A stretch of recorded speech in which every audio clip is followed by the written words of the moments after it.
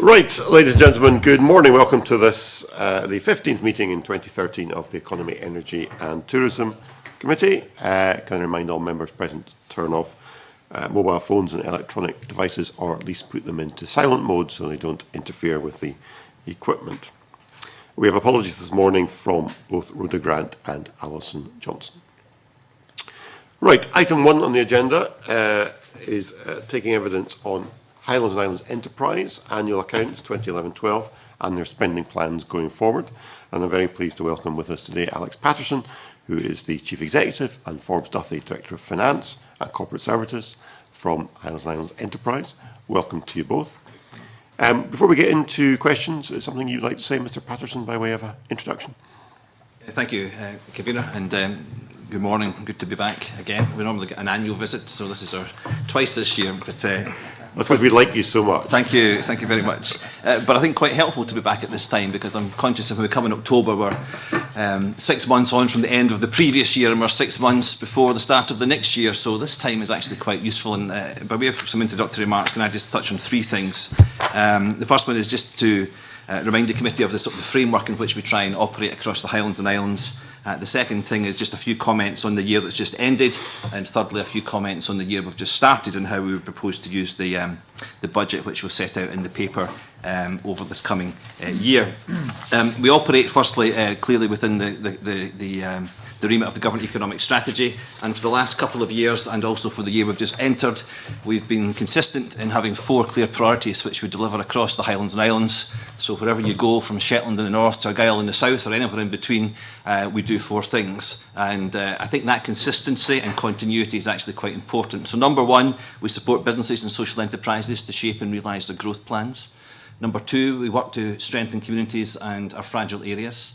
Number 3 is we look to develop our growth sectors, and particularly those with distinctive regional opportunities.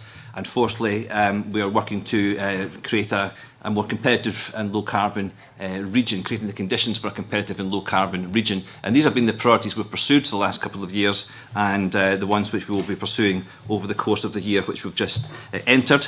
We also have a number of aspirations for 2020, basically saying if we look back in 2020, from 2020, what would we hope the Highlands and Islands looks like then? And a number of the projects which we're taking forward are not just for here and now, but also with that 2020 longer term view in mind. So we want the region to be a digital region. We want it to continue to be an international centre for marine renewables. We want more growth businesses operating from the region, and so on. They're in the document. I won't repeat them all. So our operating plan sets out these priorities, sets out our 2020 aspirations, sets out our KPIs, and we've been operating to that in the last couple of years and continue to do so in the year that's just started. My second comment is just about the year which has ended. I think it's been a good year for the organisation. We've invested our budget, I think, wisely and importantly to try and make sure we generate impact and outcomes for the region. So, for example, over £90 million of turnover will be generated from the businesses we've supported over the course of the last year, 48 million of that into export markets, and that focus on internationalisation, which we've had for a couple of years and continue to have, is demonstrating some good results. We've contributed towards the creation and retention of over 800 jobs, a figure which is understated because more have been created both through RSA coming into company investments in the region, and also through companies themselves expanding beyond the support which we give them. More communities are developing and deriving community benefit from our support, and £2.3 million turnover in the social economy is also forecast from the work we've done in the last year. Our account management portfolio has grown to just under 650 organisations, both businesses and social enterprises. Account management remains at the heart of what we do, and we have a range of tools which we use to help businesses. And in addition to that, we have 48 account managed communities, which sits at the heart of our strengthening communities activities. We have had good growth and good prospects from many of our Indigenous companies, but I particularly want to highlight in the year just gone the number of international companies who have either chosen to locate in the Highlands and Islands or expand their operations in the Highlands and Islands. Johnson & Johnson, back in June last year, decided Inverness would be their global research centre for blood glucose monitoring. Capgemini, you'll have seen recently, creating 500 jobs in Inverness. Dactari choosing the city as their manufacturing base for their HIV diagnostic kits. BASF investing hugely in Lewis, which is a fantastic investment for the Western Isles, and others maybe less high profile, but the world's leading carbon fibre manufacturer up in Muir of Ord, investing over 200 jobs based there. The world's, I think I'm right in saying, although it's not a subject I'm particularly specialist on, but I think it's the world's leading nail varnish manufacturer up in Invergordon, expanding, natural retreats developing John O'Groats, and I could go around the region. And I just want to emphasise that in addition to the Indigenous company support, which we obviously have a lot of focus on, international companies have been expanding in the region and creating a lot of jobs as well. A number of projects which this committee have heard me go on about before have moved forward and some come to fruition. Inverness Campus is just about there in terms of the infrastructure, and the first project will start on the site later this month. The European Marine Science Park down in Oban is now open. John O'Groats is completely transformed from a rather sorry visitor experience to something which is really high quality through the redevelopment that's taking place there. The Creative Industries Centre in Shetland is open, as is the one in Stornoway. Scrapster Harbour is now operational and attracting new business, and other places such as Nig are developing very well. And I couldn't come to this committee without also highlighting what I've been highlighting, I think, for the last 2 or 3 years, which is we have finally got to the point of signing a contract for the rollout of superfast broadband across the Highlands and Islands, which will be transformational as it takes place over the next 2 or 3 years. We've managed to achieve all that by attracting additional funds on top of our grant and aid from a number of additional sources, but we particularly just want to note the additional funds we've had from the Scottish Government through shovel-ready funding, which has helped us do a number of projects. For the year just entered, we continue to work on our 4 priorities. Our KPIs will remain the same. Our ambition remains high. There are a number of opportunities in the region. Even in tough economic climate, there are many opportunities around energy, around life sciences, around business services, around digital connectivity, which we want to push forward and realise as fast as we can.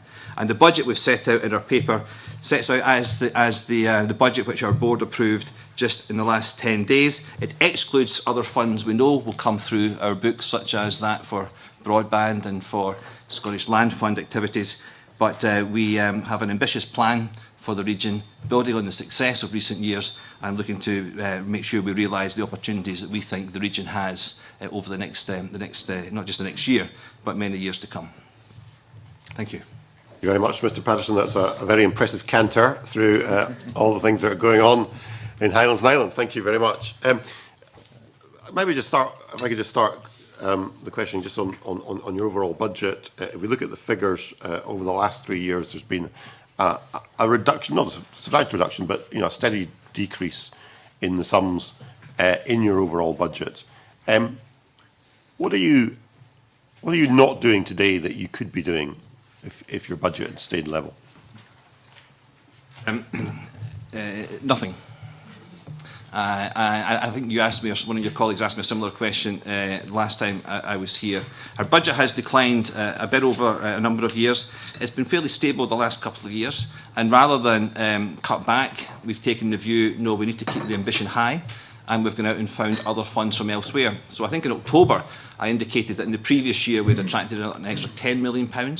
In the last financial year, we've brought into the region, whether through into our bank account or into projects in the region, in excess of that.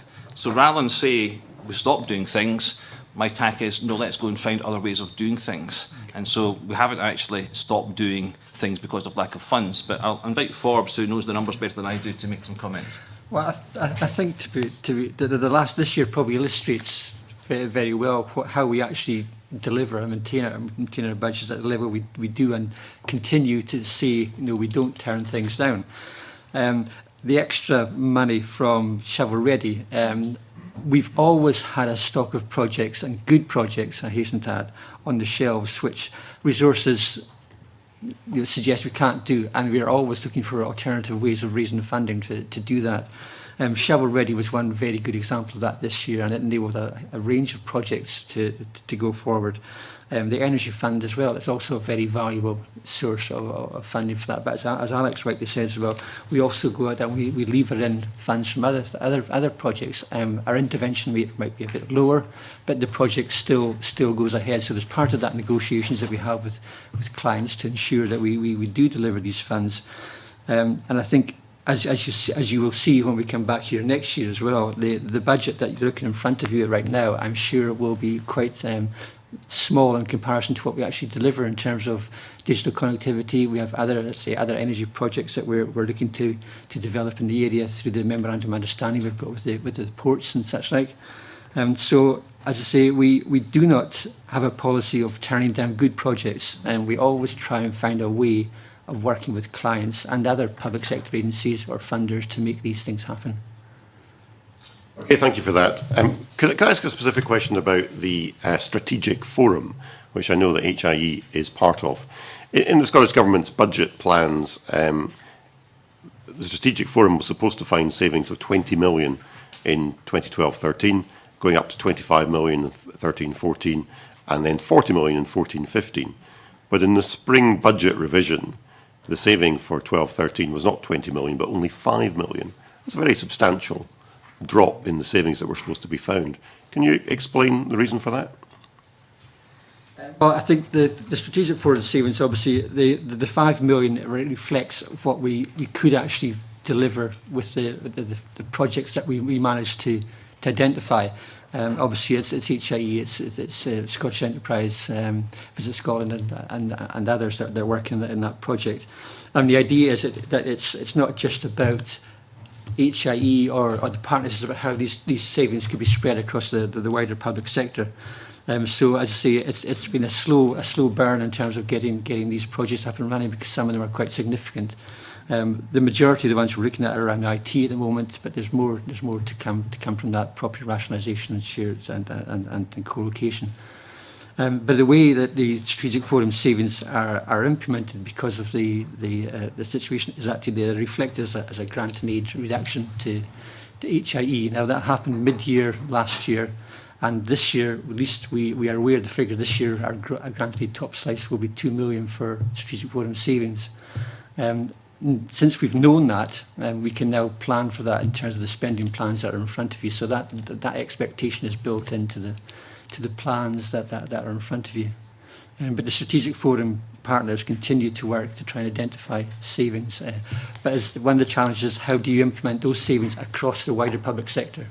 It's relatively easy to implement it amongst the sort of partners, the forum partners, but to then roll that out across the wider sector, the public sector, is a challenge.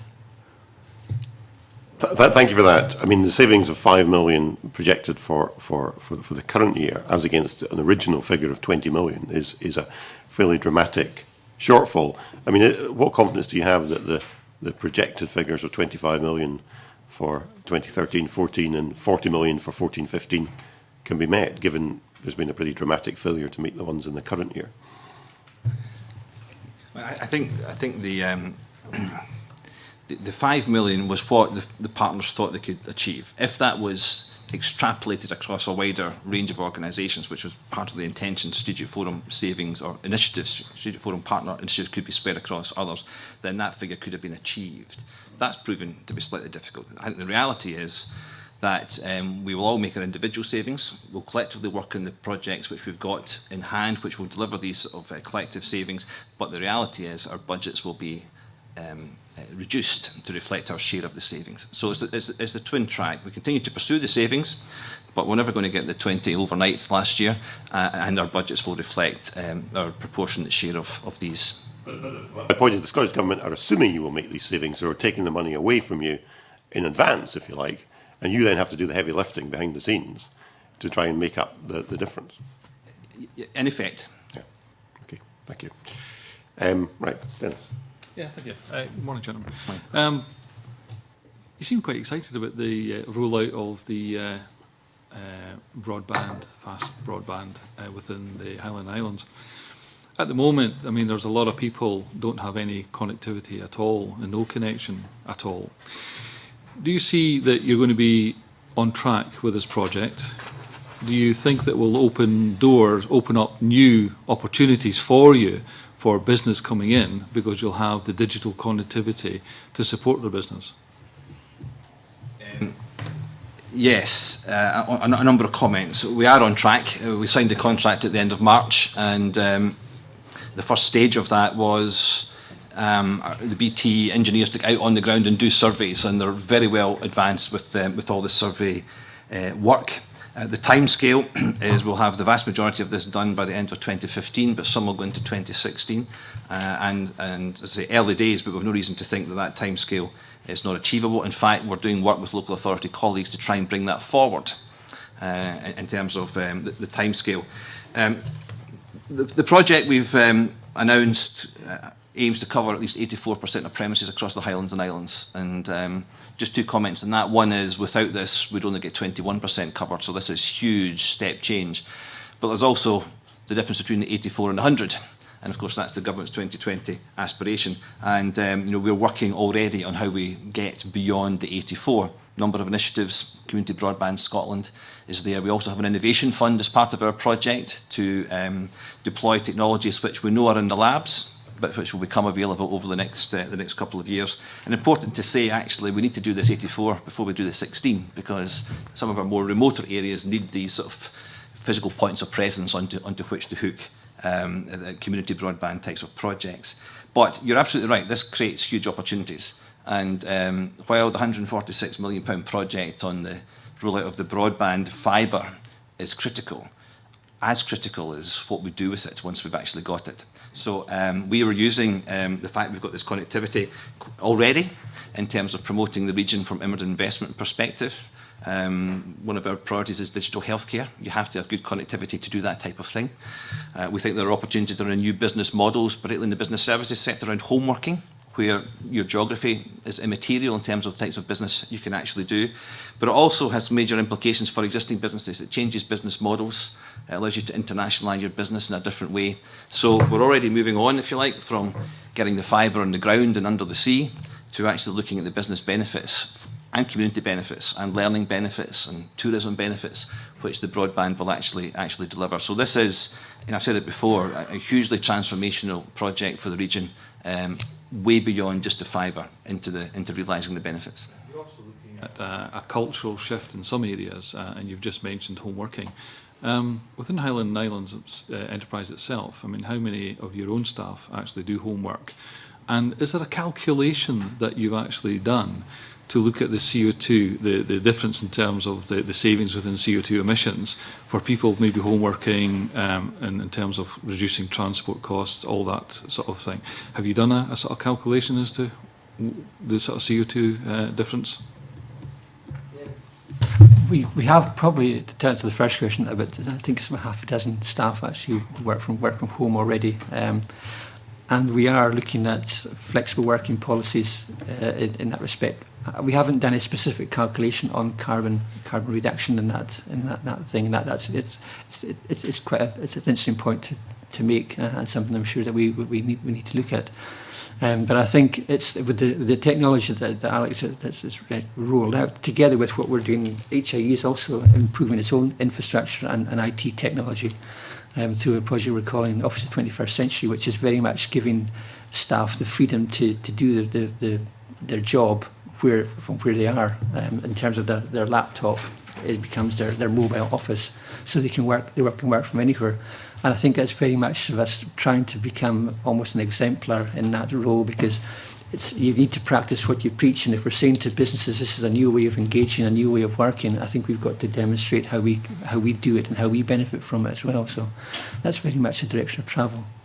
We know from the home working pilots that some companies have done that there are a number of benefits in terms of productivity and obviously lower cost, but it's also opening up additional labour market opportunities for people using the technology rather than having to go to a physical place. So as Forbes says, we want to move that direction ourselves, but we know that certainly in the business services sector and possibly others, this idea of home working with good access to connectivity is a real opportunity. Of information out there to say it's actually much more productive, and organisations, companies, agencies get a lot more from the workforce who actually do homework.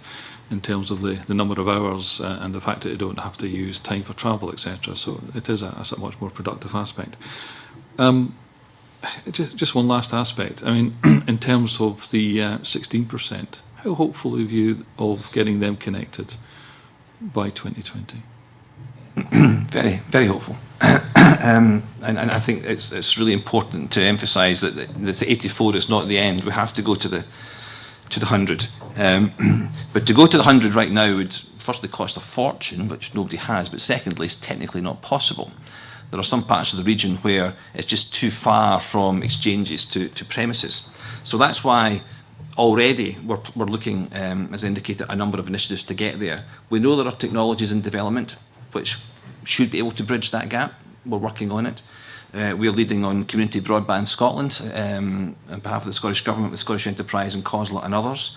That's already working with communities who have got their own projects or want to develop their own projects for community-based broadband, but they'll be enhanced by having this basic infrastructure in place. So in terms of getting to the 100%, that's absolutely critical that we do. This is making a huge step, but it's also putting in the basic foundations, the enabling infrastructure that will make that final 16 possible. But there will be technologies deployed in the Highlands and Islands within the period of this project which will take us into that 16%. So Highlands will have a model which could be replicated in other parts of Scotland that have poor or no connectivity in the future? Absolutely, and Community Broadband Scotland is national, but this is the biggest and undoubtedly the most challenging broadband project, I think, in Europe. So if you can do it in the Highlands and Islands, you can do it anywhere. That's fine. Thank you very much. Okay, thank you. Marco Piaggi.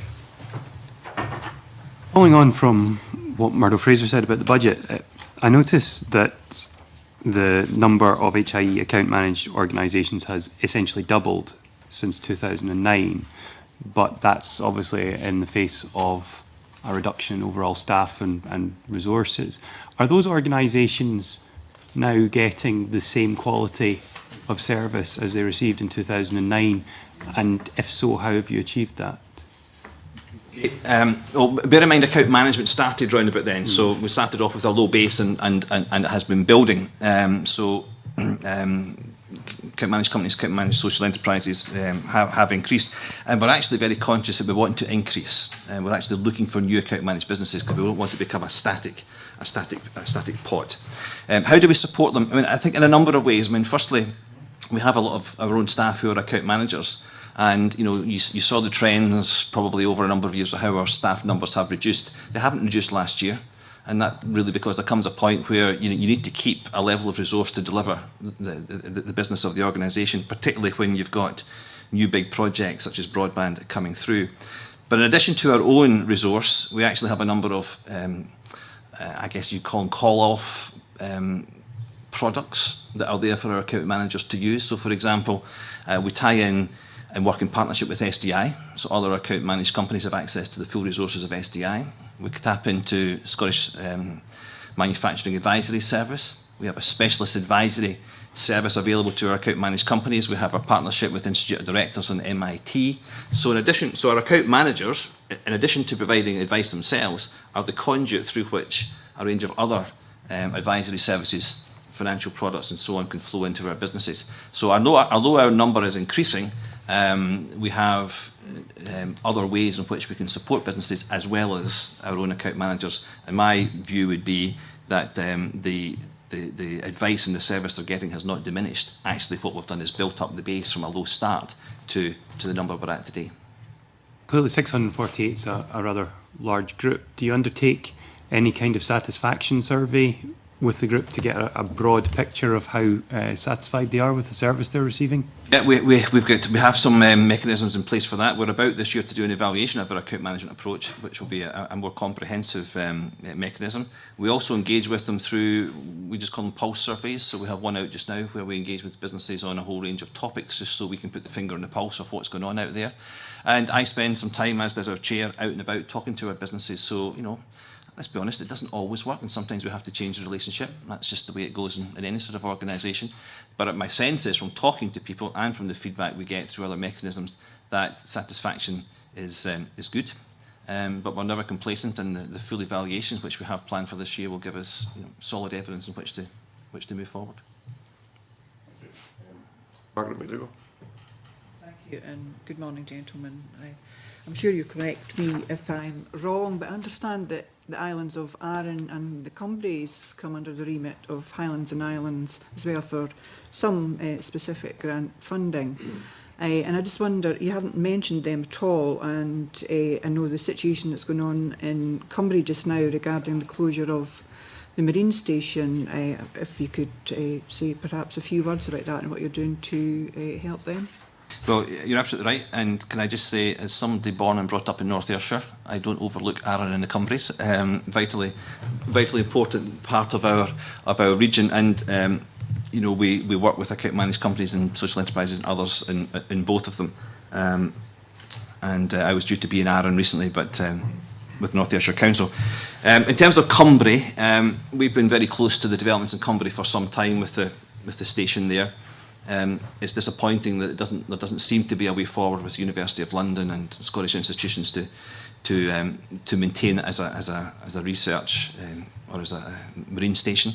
I think our focus right now is working with the community to see whether there are other opportunities around the facilities that exist there, because we know that the impact on Millport in particular, Cumbria more generally, from the loss of the jobs there is actually quite significant. So our Argyll and Islands team are heavily involved with North Ayrshire Council, with the Funding Council, with the station itself, looking at options going forward. But unless things have moved in the last few days, my sense is that an existence, a future like what was there before is probably less likely, and it's now a case of, well, what more can we do with the community to look at ways of going forward. And there is a good community development company on Cumbria, and ways of generating new opportunities for the island. I appreciate what you're doing for the Cumbries at this moment in time, and I would also appreciate being included in what's happening in that, because up till now I haven't been aware of what's going on. But my other question is around the broadband on Arran, for example. Is that being included in this rollout? Or? Yes, absolutely is. Arran and Cumbria. Cumbria is slightly better off because it's got a point of presence back to Largs at the moment. Arran, I can't remember the figure, but suffice to say, Arran will do very well out of this broadband rollout because there will be a subsea cable going in that improves. There's 19 subsea cables being deployed as part of this project, so Arran and the Cumbries will be well catered for as part of the broadband rollout. Okay. Jacob Brody. Thank you. Good morning, gentlemen. I wonder if I might start with just a story. For the last 2.5 years, I've been investigating what happened to oil that was being drilled for between Ailsa Craig and Sand Island off the tip of Mull Kintyre.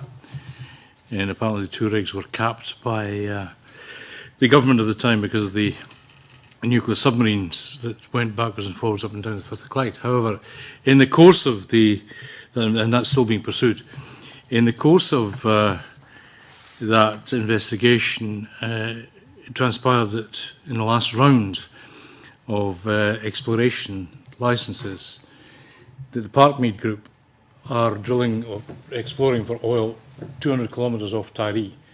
What engagement do you have with the oil and gas sector? Generally, a fair amount. Specifically in that, I've no idea. I need to find that out and come back to you. I mean, in terms of the sector more generally, if you look across the region, it is growing rapidly just now. There aren't many engineering businesses or energy businesses you go to that they're not doing well. And, you know, from companies like the Global Energy Group, the developments we're seeing further north, we've seen companies moving out of Aberdeenshire into Moray, who are in the oil and gas sector, looking for more stable places for locating the businesses. So in terms of the sector, and the companies within the sector, yes, we have contact with them, and we work with them through our account management process.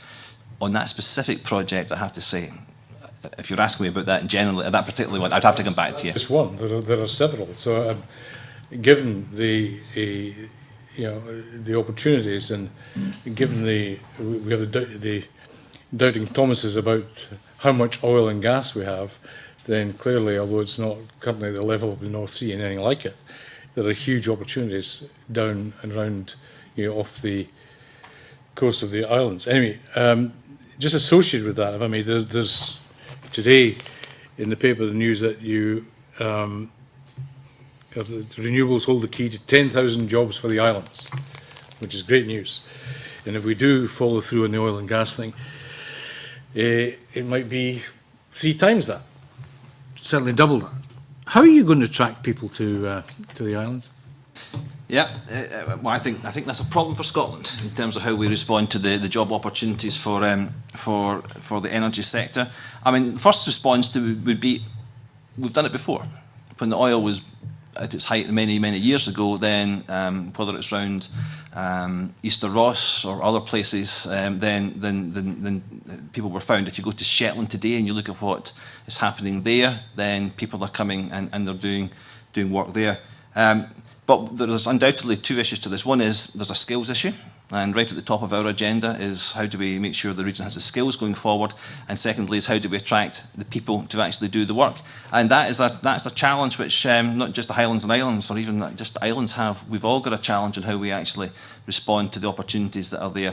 And we're working hard with Skills Development Scotland, with the industry, to find ways of actually doing that. One specific, for example, would be the NIG Skills Academy, where hundreds of youngsters, and not even just youngsters, are going through that facility and providing training for the energy sector. And that model could be replicated and other initiatives put in place to actually attract the people and develop the skills required for the sector going forward. But I think we've got to be optimistic. And if the opportunities are there and good careers and jobs are there, then we have to be optimistic that people will see the opportunities and move to where the opportunities are. For my sins, I'm convener of the cross-party group on social enterprises. I wonder if I may ask you a question about there's been substantial growth in social enterprises over the last 2 years. Part of the problem, however, is making sure that we have bona fide social enterprises. I wonder if you can share with us how you qualify those that might require financial support. How do you ensure they get the correct business support, which in some cases is more important than the financial support, and how do you then integrate your activities with these social enterprises, the business support environment, and the local business gateways?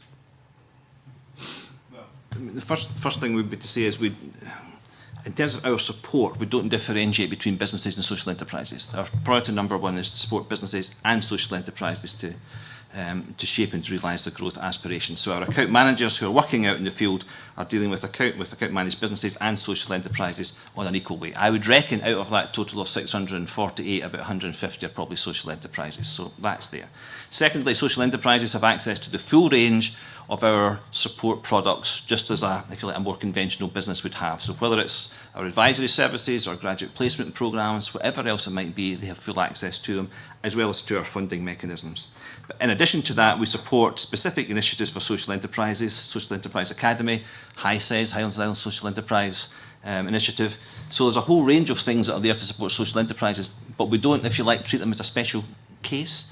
They're integral to what we're trying to do, as important to us as, if you like, conventional businesses. And in many of our communities, the actual heart, the core organisation through which we work to deliver opportunities and jobs in some of these areas. How do you check they are bona fide? I mean, part of the problem is that we have enterprises saying they're social enterprises. Then we have a funding stream which embraces, at the last count, 42 different types of funding streams, which is not efficient, and that's been looked at. How do you make sure you're supporting the winners? Well, if in terms of the specific how we would, if you like, check them out or assess them, let me drop you a wee note on that, because I'm not actually sure if there's anything different in terms of the social enterprise approach. But in terms of any business or social enterprise we work with, and I say we don't distinguish in terms of the types of support we can give to them. The critical thing is growth, and therefore, just as we would work with a business with a growth plan and say, what are you trying to achieve and where are you trying to go and how can we help you get there, the exact same process would operate with a social enterprise. We need to understand what their plan is, what they're trying to achieve, what the impacts of that are going to be, and therefore where our support or input can actually help facilitate and accelerate that project. So, in that sense, no different to our business support, to our social enterprise support. But I'll come back to you in the specific as to how we do the check. Thank you, Convener. Yeah, I mean, first of all, I mean, I think, I don't know if other members, but do, but I certainly detect a kind of, over the past year, a new spring in the step of HIE. And I really do have to commend you. I think things are really going very well. And, but a remaining concern I have is that you mentioned earlier on about the work that you do in fragile areas, and a long-standing concern I've had is that if you take the phenomenal growth of Inverness that we've seen over the last 30 years out of the economic equation for the Highlands and Islands, what's left behind doesn't look all that good. And how are you getting the balance right between the high growth area of Inverness and some of the peripheral areas surrounding Inverness and the fragile areas at the other end of the spectrum? Could spend a long time in this. Let me try and summarise it. A lot of the growth that is happening, let's say through inward investment, is coming to Inverness, and I'm very conscious of that. And so we've explicitly said in our operating plan, I think we've said it again in our evidence to you, being conscious of that, our remit is not just to look at that and say that's great if it happens in Innermurray Firth. We have to make sure we're looking at economic growth across the Highlands and Islands. And we've tried to put more focus on our fragile areas. For example, almost 160 jobs were created in the fragile areas last year through the work that we did.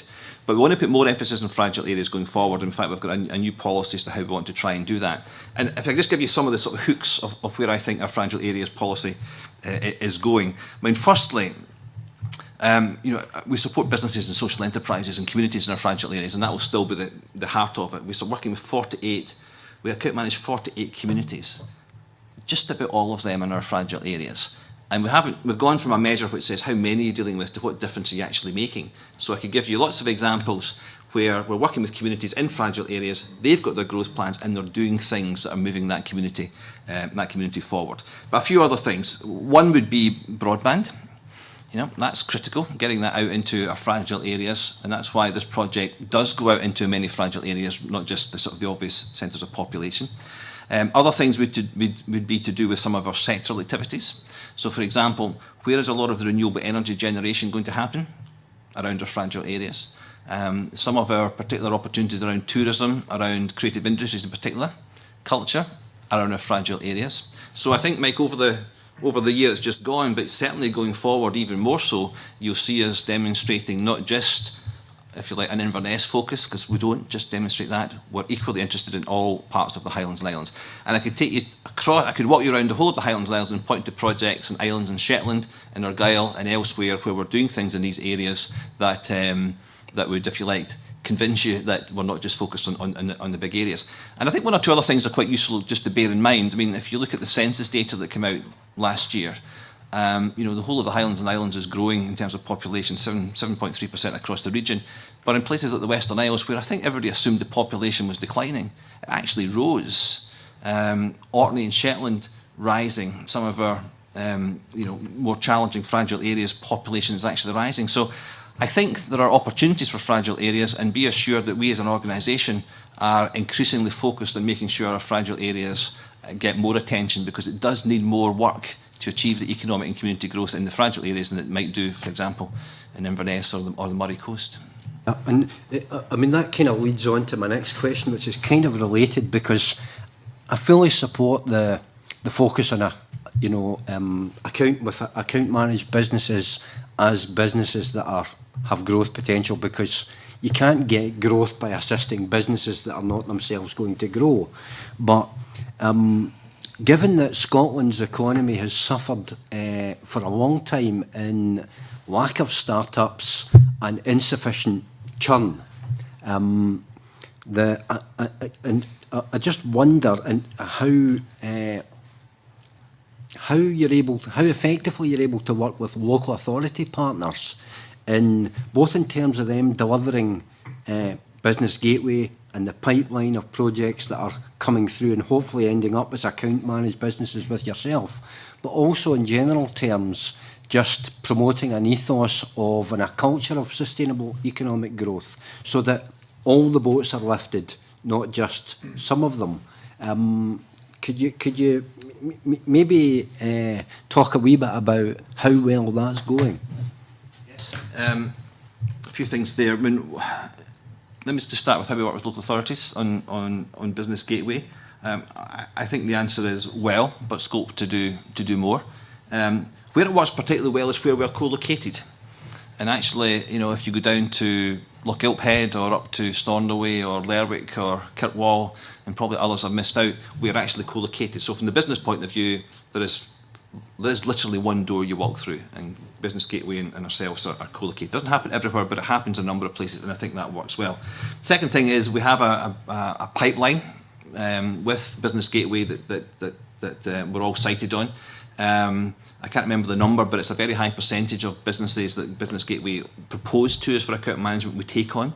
But we are looking at ways in which that process can be lubricated more effectively. So I think we work quite well with Business Gateway. Across the Highlands and Islands, business startup rate is ahead of the national average. We've done some business startups ourselves, some high growth business startups across the region. And I'm quite keen, while we have a very particular remit of focusing on growth companies and Business Gateway have their particular focus, I'm quite keen that we work together in doing things that the wider business community can actually benefit from. I had, for example, 5 businesses in my office on Monday afternoon, none of whom are account managed. But basically saying, we're out here in the community, is there something that we in Gateway can do jointly just to try and give them a bit more of a boost? A lot of it was around about communication, a lot of it was around about networking, and I said, yes, I'm happy to look at doing something there.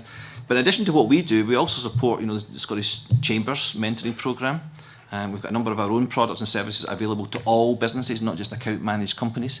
So I think there's a lot going on out there. Maybe we can join it up better, but certainly with Gateway, you know, we can improve how that is going. But I think it's operating reasonably effectively at the moment, and say particularly where co-location in one building is happening.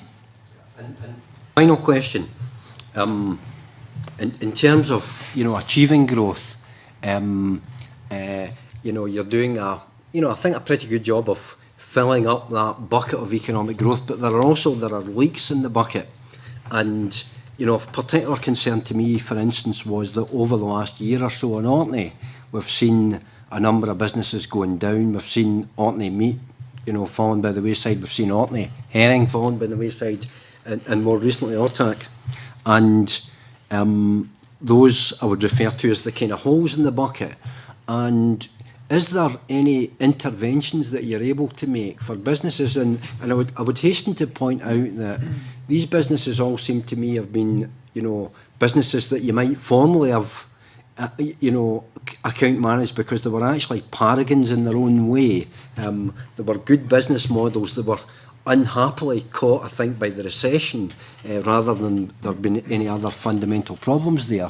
Is there any way that you can perhaps plug up some of these holes in the bucket? Is there any way that you can engage with companies prior to they get to the point where the liquidators, you know, where the plug's pulled, to maybe support those businesses and prevent that kind of thing happening? The answer is yes, and the answer is we do. And I think you've mentioned a few there. There are many others who we have intervened with and probably averted them becoming the headline. I mean, each of the ones you've mentioned, I could add Ice Tech to that in Caithness at the moment, just wheel, you know, the legs taken under from the Comet demise. Each of these have their particular circumstances, which it would be inappropriate for me to go into at the moment. Suffice to say that we did know all of these businesses, and where we could have done something, we did. And if you take Ortac, you take Ice Tech, you know, at the moment, I've spoken to the MDs of both companies to look at all options to see how we can support these businesses going forward. And of course, with some of them, you know, it is not a case of the door is closed and nothing else will happen. But we maintain internally just a note of businesses that we just think are on the radar of having difficulty. And we do that simply to make sure that we are in there looking at what support we can provide rather than waiting for something to happen and wish we had. And we can't always, but I assure you, Mike, that where we are aware of businesses who are struggling, we do pull out the stops and see what we can do to avert any adverse situation arising. Yeah. I mean, the reason I confine myself to Orkney, obviously there are other businesses, but within that you know, relatively small area or within the Orkney community, you know, you start to get to the point where there's a, you know, it becomes almost a strategic problem for Orkney, and therefore I think, you know, interventions under those kind of circumstances would be particularly helpful. But I'm not also really, I'm not assured that the public or the business community know that you are able to perhaps help under those circumstances, because I suppose the important thing is that businesses maybe knock your door before they get to the point where the plug's pulled rather than afterwards, because I think you know, early interventions can sometimes be much more desirable in avoiding those kind of outcomes. Do you know, do the public, do the business community know that you're willing to engage to help prevent those kind of problems? I hope they will. I mean, certainly, you know, we're not the answer for every problem. I mean, we work with our account managed companies, so if any of them get into difficulty, I would certainly hope they were aware that they were there to help or to look at helping. And I just have to make the point that there are some circumstances businesses get into that we are not able to assist with, the whole firm and difficulty issue.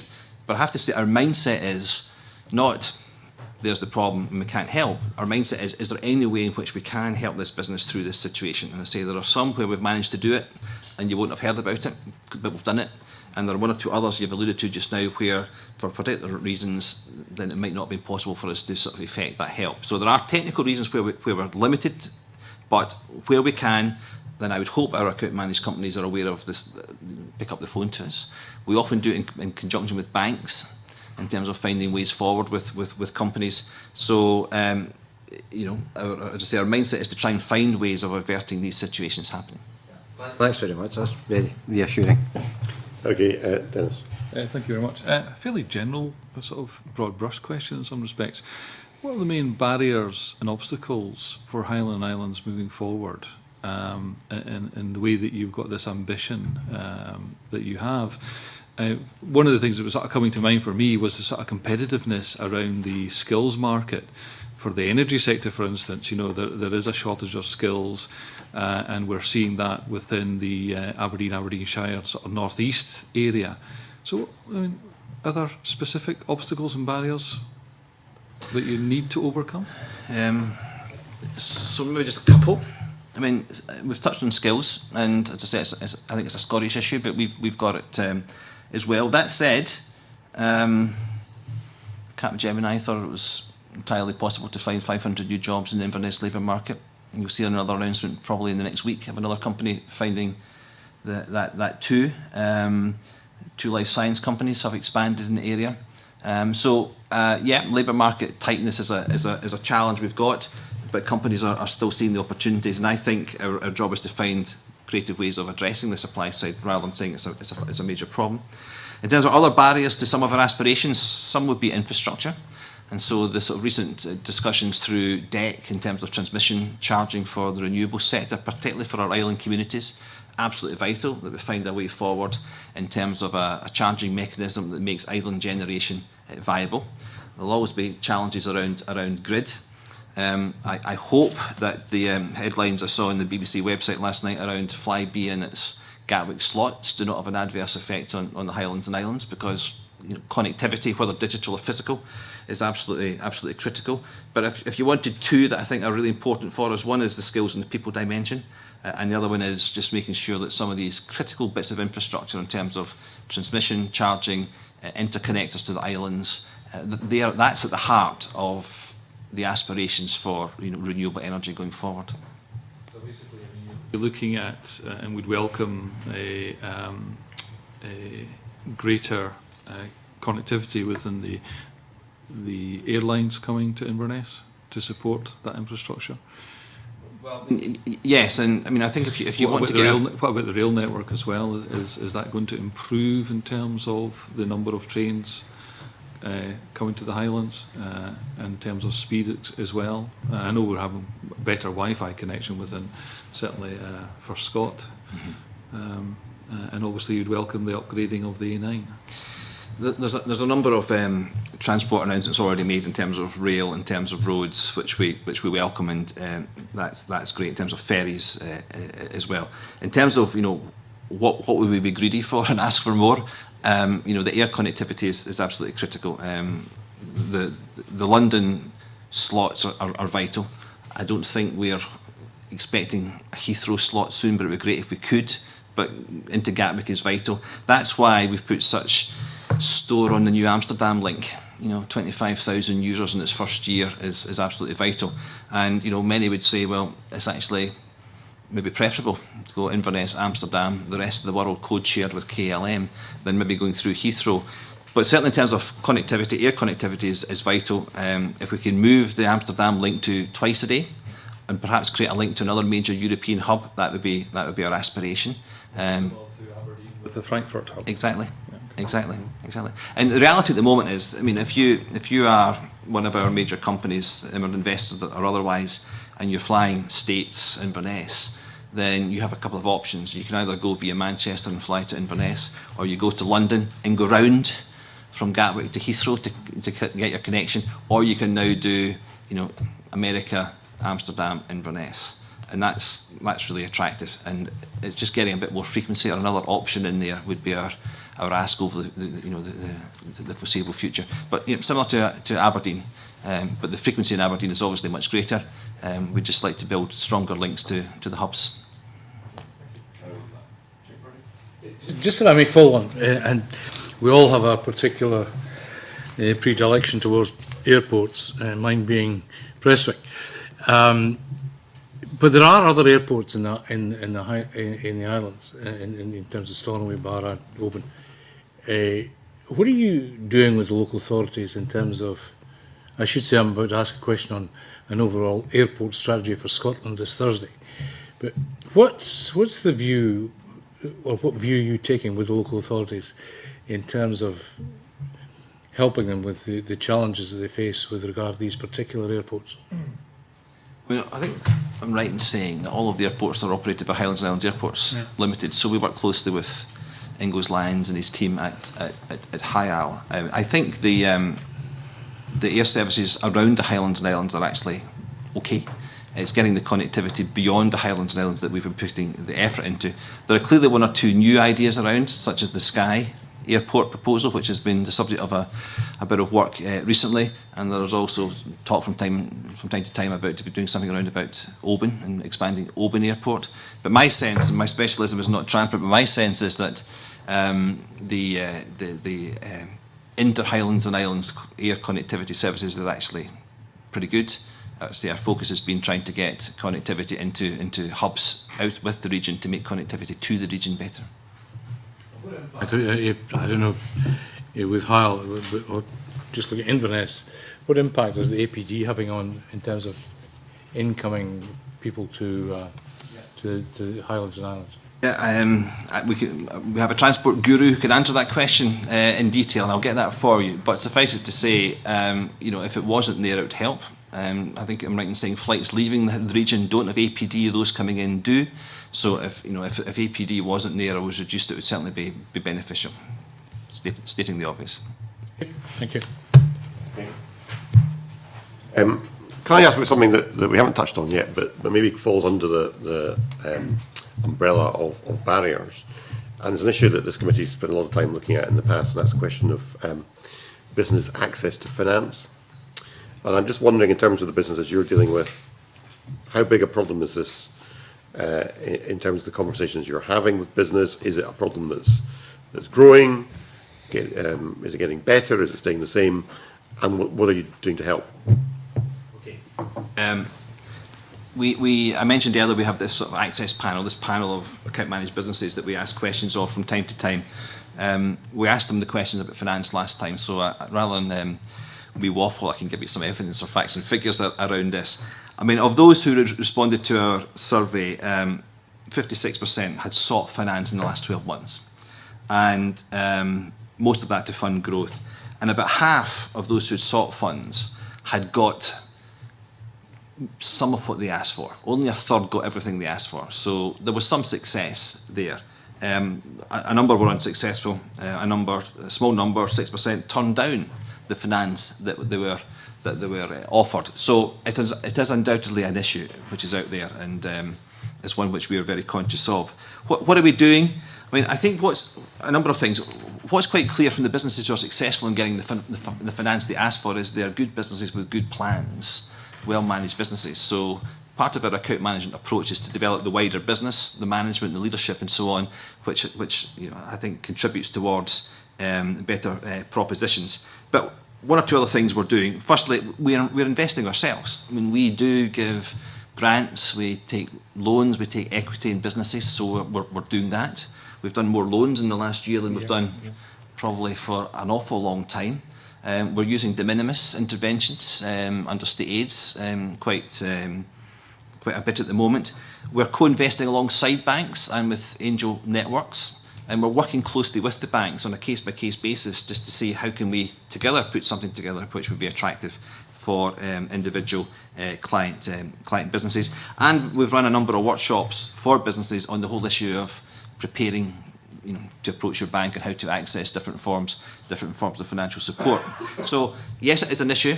We know the scale of it. Our account managers are living and breathing it every day, and we're trying to find ways of using our funds as well as working with the banks to try and address the situation. We're also, our chair and myself at the moment are on a tour around the banks. I'm not quite sure, as you bag Monroe's, you do the same with the banks. And part of that is just to find ways in which we can work more effectively with banks, both at a senior level and at a local level, to work together on these common accounts. So it is a challenge, there's no doubt it's a challenge, but as I say, through a number of methods, we're trying to work with businesses to not stifle the growth through lack of finance. Thank you. Chick? It's a very interesting point. And we'll also focus on the banks.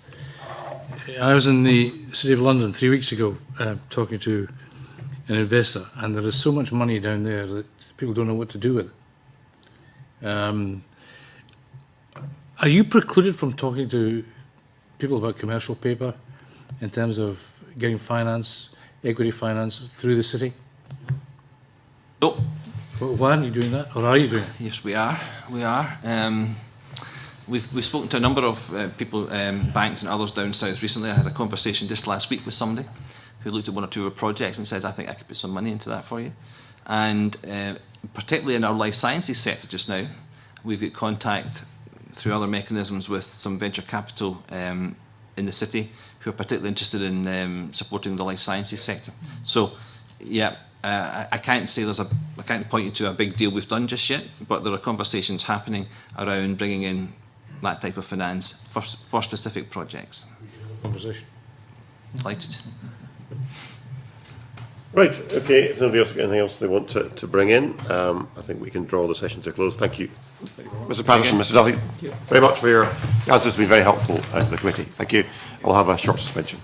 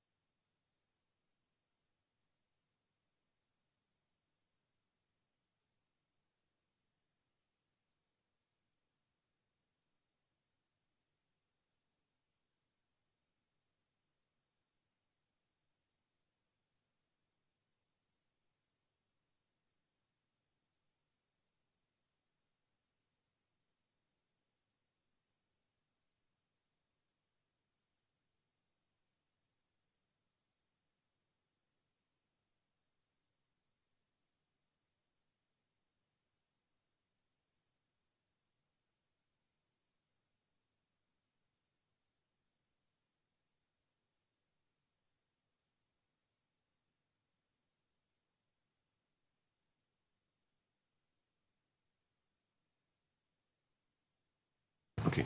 Right, if we can reconvene, thank you very much. Okay, item number 2 is on the agenda. We have a piece of subordinate legislation, a statutory instrument, the late payment of commercial debts, Scotland at number 2, Regulations 2013, SSI 2013/131. Subordinate Legislation Committee have drawn the attention of Parliament to a point regarding this negative instrument. It's a technical matter due to the fact that it was actually late due to, I think, an initial drafting error, and this is mentioned in the cover paper. Does any members wish to make any particular comment on this, or are we happy just to agree that we will make no recommendation on the instrument?